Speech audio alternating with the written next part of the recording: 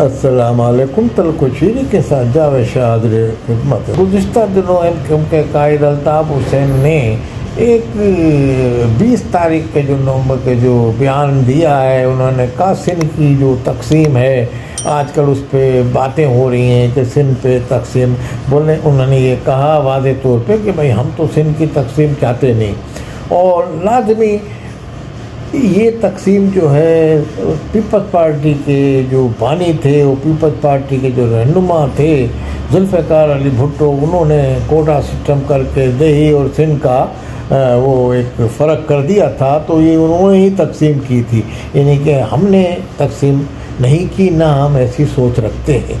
उन्होंने ये कहा कि पाकिस्तान में इस तरीके की जो सोच है ये उनके उस वक्त के लिसानी बिल पर उन्होंने माजी में गए वो। बहरहाल ये एक अपनी कोटा सिस्टम जो भुट्टो साहब ने किया था, वो उन्होंने सिंध में स्कूल कॉलेज नहीं थे, पढ़ाई के वसाइल नहीं थे, मसाइल का शिकार थी सिंधी कौम, तो इस वजह से उन्होंने एक फ़ैसला किया था।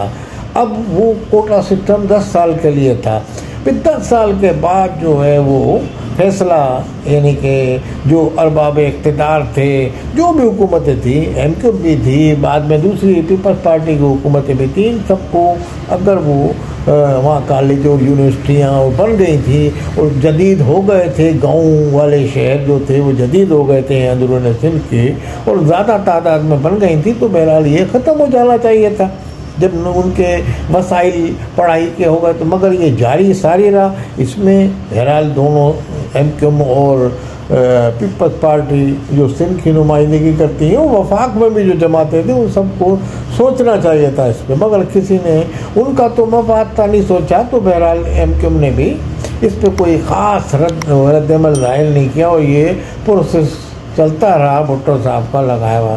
तो ये अल्ताफ़ हुसैन ने बहरहाल ये रोशनी डाली कि जनाब ये उन्होंने किया था और ये खलीज उन्होंने पैदा की। अल्ताफ़ हुसैन की जो सियासत को अगर आप ये लेंगे नाज़रीन, तो अल्ताफ़ हुसैन ने शुरू में जो सियासत एमक्यूएम की हुई, एमक्यूएम के जीएम सैयद के उनके साथ बड़े ताल्लुकात थे। सिंधु देश का जो उस वक्त ये नारा लगाती थी उनकी पार्टी, जीएम सैयद के साथ अल्ताफ़ हुसैन के उस वक्त रवाबित थे। अल्ताफ़ हुसैन की ये कोशिश थी कि सिंधी महाजिर एक साथ चलें, एक प्लेटफार्म पे चलें, और जो सिंधी कौम परस्त थे उनको अल्ताफ़ हुसैन ने साथ बिठाया, साथ उनसे जिसको मोहब्बत की पींगें बढ़ाई। अच्छा, पीपल्स पार्टी जो थी, पीपल्स पार्टी पूरे पाकिस्तान की जमात थी, यानी कि आज़ाद कश्मीर की, और इधर पंजाब में भी काफ़ी पीपल्स पार्टी का ही होल्ड था उस ज़माने में, नून लीग से पहले। तो इस तरीके के सरहद में भी, और आज भी पीपल्स पार्टी का एक चारों सूबों की जंजीर का नारा लगाती है। बहरहाल वो जंजीर में कहीं ना कहीं अभी थोड़ी सी लड़ियाँ कमज़ोर हो गई हैं, मगर बहरहाल है पीपल्स पार्टी आज भी।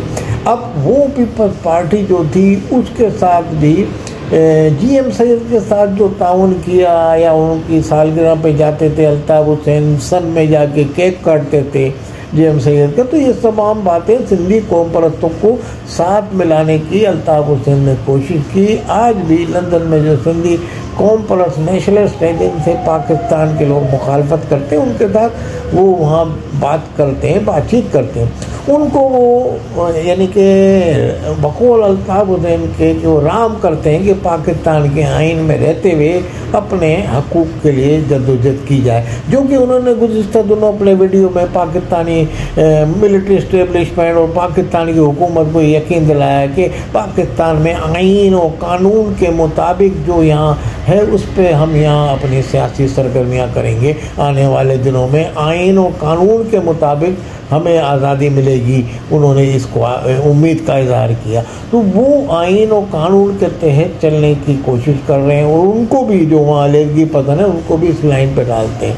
मगर उन लोगों को जो सिंधी हैं, जो सिंध के नेशनलिस्ट हैं, वो पीपल्स पार्टी की उनकी राह में पीपल्स पार्टी सबसे बड़ी रुकावट है। अगर आज पीपल्स पार्टी खुदा न खास्ता ना खपे का नारा लगा दे, जो खपे का नारा लगाया उस पर तनकीद करते हैं लोग। तो बहरहाल अल्ताफ़ हुसैन तो यकजहती की कोशिश करते हैं। तो उन्होंने पीपल्स पार्टी से भी, उनकी पार्टी ने माजी में मुज़ाकरात किए, वो भी इसी बात के कमबाजी थे कि सिंध की नुमाइंदगी करती थी। तो जो वफाक में जमात आती थी वो अपने अवाम के हकूक़ के लिए उनसे ताउन करते थे। तो यानी कि मुत्तहिदा कौमी उमूर जो बनाई अल्ताफ़ हुसैन ने, जिसकी मुखालफत आफाक अहमद करते हैं महाजिर कौमी उमूर, तो वो पहले तो ये जमात महाजिर कौमी उमूर थी, फिर वो ये मुत्तहिदा इन्होंने बना ली। अब आप कहें कि भाई कोई कहता है कि उन्होंने एजेंसी के इशारे पे कर दी, कोई कहता है नहीं उन्होंने इस बुनियाद पे की थी। एक लिसानी जन का तासुर जाता है, तो उन्होंने कहा जहाँ महाजिरों के हकूक़ होंगे वहाँ दूसरी जो मजलूम कौमें, सिंधियों में भी मजलूम हैं, उनको भी हकूक़ नहीं मिल रहे। उनका ये कहना है कि कोटा सिस्टम से वडेरों और जागीरदारों के बच्चों को फ़ायदा हुआ और जो आम सिंधी था उसको नहीं हुआ। तो ये अल्ताफ़ हुसैन का कहना है जो गुज़िश्ता बयान में। तो बहरहाल उनकी कोशिश ये थी कि सिंधी, महाजिर और तमाम कौमें हमारे प्लेटफार्म पे आ जाएं, एक बड़ी जमात की सूरत में हम पाकिस्तान लेवल पे काम करें। उन्होंने किसी हद तक कोशिश भी की और आज भी उनकी जो मुत्तहिदा पाकिस्तान है उसमें भी शामिल हैं, सिंधी भी हैं, पठान भी हैं, बलोच भी हैं, तो वो जीते भी हैं मैंने। तो इस तरीके से वो उसी नहज पे काम कर रहे थे। तो लाजमी ये भी उनकी एक सोच थी कि पाकिस्तान के लिए कि उन्होंने लिसानी चक्कर नहीं किया। अब उनको आज जब वो यहाँ आएंगे तो अगर पाकिस्तान में उनको इजाज़त मिल जाती है तो वो यही सोच लेके चलेंगे पाकिस्तान लेवल की। तो इस हवाले से वो सिंधी कौम परस्तों के लिए भी अहम, यानी कि उनको डगर पे लाने में अहम किरदार अदा कर सकते हैं वो यहाँ।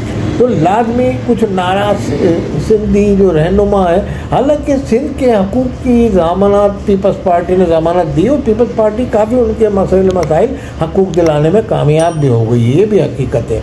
लाजमी एक कोटा सिस्टम था, वो सिंधी जो थे उनको फ़ायदा हुआ। 40% वाले ये कहते हैं कि हमें तो 40% में भी नौकरियाँ नहीं मिलती, यानी कि जो कराची और यहाँ के जो अवाम है, जो शहरी।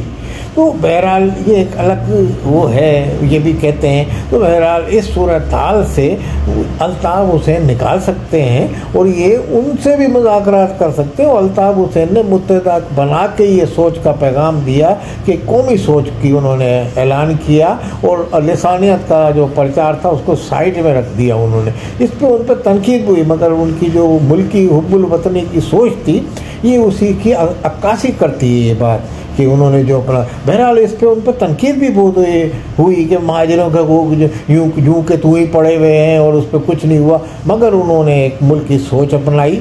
हालांकि उन्होंने GM सैयद के साथ मिलकर अपनी तहरीक का आगाज़ किया था, मगर बहरहाल उन्होंने रियलिज़म पे यकीन रखते हैं, तो उन्होंने इसको हकीकत पसंदी को देखते हुए उन्होंने कहा कि इस अमलियत पसंदी को देखते हुए उन्होंने कहा कि पाकिस्तान में मुल्क की सतह पर सियासत की जाए। उसी सियासत के लिए उन्होंने पाकिस्तान में ये किया और जब मुल्क से बाहर चले गए उनको उल्टी सीधी खबरें मिलती रहीं, यहाँ की कमेटी भेजती रही तो वहाँ की कमेटी, उसके वहाँ वो बदजन होते रहे और फिर कुछ बीमार भी हो गए। तो इस तरह से उनके ऐसे बयानात वहाँ से आने लगे जिस पे ऐसे हालात पैदा कर दिए गए बकौल उनके जानबूझ के यहाँ की क़यादत ने, या जैसा भी वो कहते हैं, तो वो उस पर हो गए नारा ला के। बहरहाल अल्ताफ़ हुसैन अब ये कहा जाए कि हुकूमत की ज़बान में कि राय रास्त पे आ गए हैं और वो बयानात दे रहे हैं जो बयानात देने चाहिए थे वहाँ से।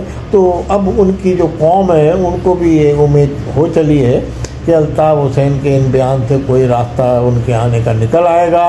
तो इसी सूरत में पाकिस्तान में जमहूरियत परवान चढ़ेगी और सियासी सरगर्मियों की उनको इजाज़त भी मिल जाएगी और आने वाले दिनों में वो अपनी सियासी सरगर्मियाँ जारी और सारी रखेंगे और पाकिस्तान की जो बड़ी जमातें हैं उनके साथ सियासी मैदान में वो मुकाबला करेंगे, बशर्ते कि पाकिस्तान की अदलिया और पाकिस्तान की मोअज़्ज़िज़ इस्टेब्लिशमेंट जो पाकिस्तान की बका और सलामती की ज़मानत देती है वो उनको इशारा दे देगी इजाज़त का हुकूमत को, हुकूमत उनके लिए तमाम रास्ते स्टेट पाकिस्तान के शहबाज शरीफ खोल देंगे। और लाजमी अदालत तो अब आज़ाद है पाकिस्तान की, तो आने वाले दिनों में अदलिया से उनके लिए कोई फ़ैसला जिसकी कभी इम्कान है कि उनकी हिमायत में फ़ैसला आएगा, तो और जो उनकी जमात के लिए और उनके चाहने वालों के लिए खुशी का सबब बनेगा। वस्सलामु अलैकुम व रहमतुल्लाहि व बरकातहू।